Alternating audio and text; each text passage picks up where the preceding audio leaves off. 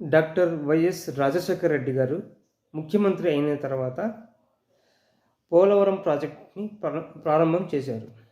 ఆ ప్రారంభం సందర్భంగా పోలవరం ప్రాజెక్ట్ రాష్ట్రానికి ఆర్థికంగా నష్టపోతుంది, పోలవరం ప్రాజెక్టు వల్ల రాష్ట్రం ఆర్థికంగా దివాలా తీస్తుంది అన్నది ఎవరు తెలుసా?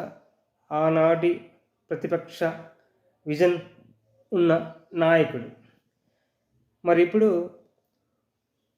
అమరావతి పేరుతో అమరావతి చుట్టూ ఎత్తిపోయడానికి 8 లిఫ్ట్ ఇరిగేషన్లు పెట్టారు.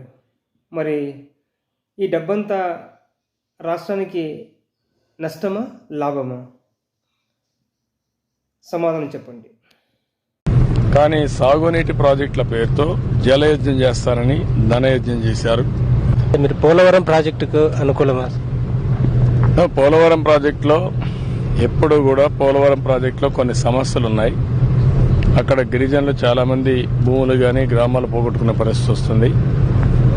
అదే మాదిరిగా ఇవన్నీ కూడా క్లియరెన్స్ అన్ని కూడా రావాల్సిన అవసరం ఉంది. ఈరోజు ముఖ్యమంత్రి పోలవరం ప్రాజెక్టులో కూడా క్లియరెన్సెస్ ఏమీ రాకమునిపై పనులు ప్రారంభించారు. అందులో కూడా కాలువలు తవ్వారు. ఎక్కడ చూసినా ఈరోజు కాలువలన్నీ తవ్వి ఒక విధంగా చెప్పాలంటే రాష్ట్ర ఆర్థిక వ్యవస్థని భ్రష్టుపట్టించారు, అస్తవ్యస్తంగా తయారు చేశారు.